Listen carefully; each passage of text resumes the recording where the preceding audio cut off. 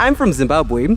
We have the second largest lithium reserves, but we're at the brink of losing ownership of all of these lithium reserves just because China built a parliament for my country. Let me be very blunt. Africa should not be a monopoly for any other country. If you do not agree with me, go back to your country, talk to your government. In this powerful exchange, African students confront Chinese diplomat Victor Gao over China's growing influence across Africa, questioning whether it's genuine partnership or a new form of control. Watch this intense moment unfold and decide for yourself. Thank you. My name is Carl Jumbo, freshman student at Georgetown University. My question is simple.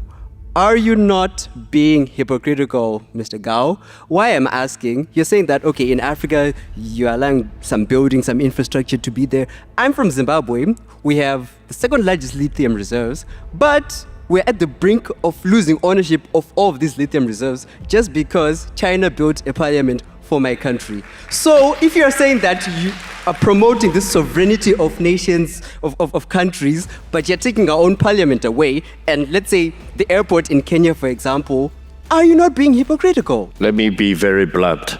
Zimbabwe is a great country.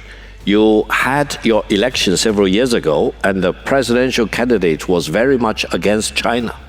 He's elected as the president, and once he's in his office, he changed his mind because he knows for sure that for Zimbabwe development, China is the main contributor for the Zimbabwean economic development. If you do not agree with me, go back to your country, talk to your government, and check out over the past 30 years, which country has invested most heavily in your great country.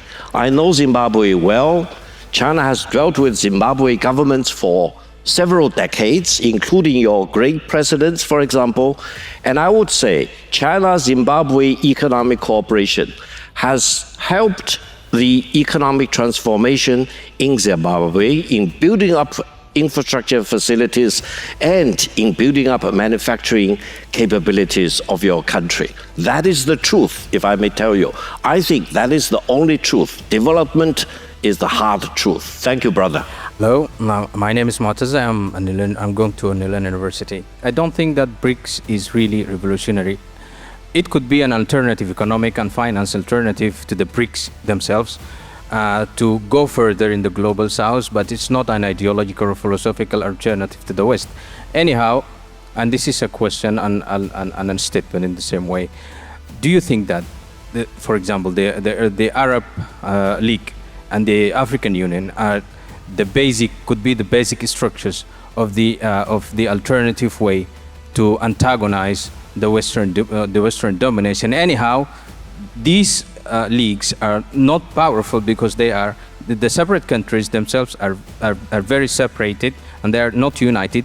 But I think they share common history and they share the same ideology. And I think such kind of leagues and blocs could be more powerful alternative to the Western domination. And thank you. First of all, BRICS is a megatrend. It's a reality. The size of the BRICS countries' economy combined is larger than G7. Now, secondly, when you have a country like Turkey, which wants to join BRICS, which is a NATO member state, that's very profound. I would say the moment Turkey becomes a formal member of BRICS, that's a major turning point in history.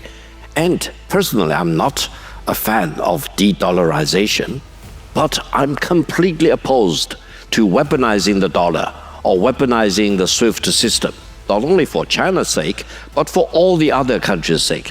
We are in the Middle East. Lots of countries are very wealthy. Do you really want to expose yourself to this wanton seizure of your assets, for example, and denying you the SWIFT privilege or using your own dollar, for example?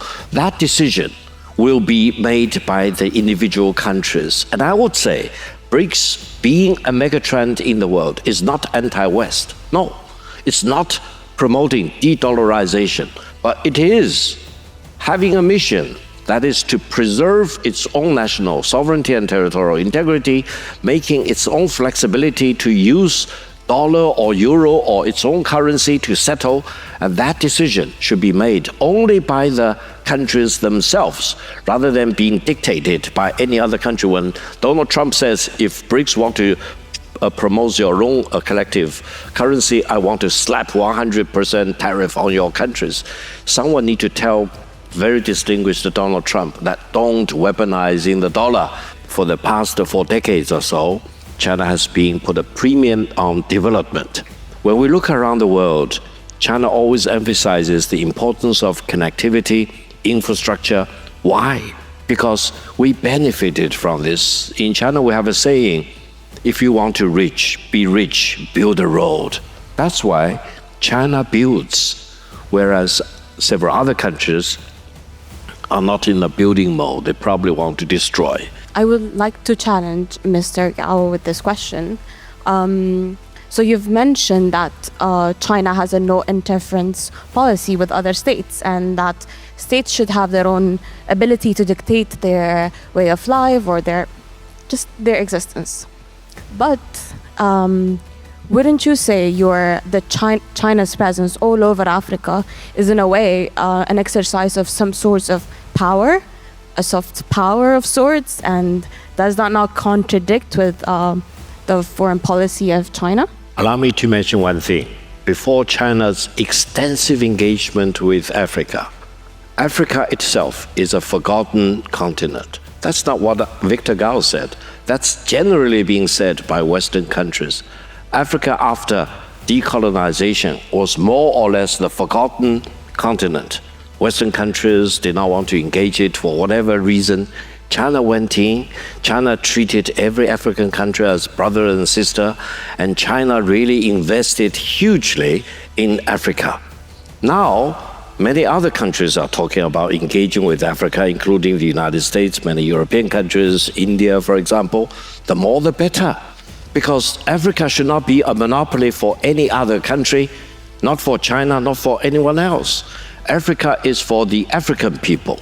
And the taste of the pudding is always, you should not be a judge yourself. You go to African country and ask them whether they like building a road, whether they like building a gymnasium, etc.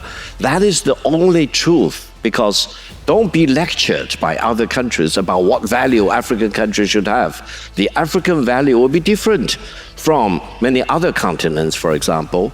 The other countries in other continents will need to help the African country to build up their infrastructure, to build their manufacturing capabilities. And that is the only goal for China. China has no colonial objective for African countries. China is so far away physically from Africa. Whatever China is doing the same in ASEAN countries, in Latin American countries, for example. And this is a sign of China's philosophy. That is, if we build our pillars of transformation, we want to share that with you. If we believe building road is the only way out, we help you to build the road. Was Victor Gao defending China's true intentions, or simply justifying a new kind of control over Africa? The line between partnership and power has never been thinner. What's your take on this? Is China helping or exploiting Africa? Share your thoughts in the comments. And don't forget to like and subscribe for more eye-opening discussions. Watch this video next. I am sure you will love it.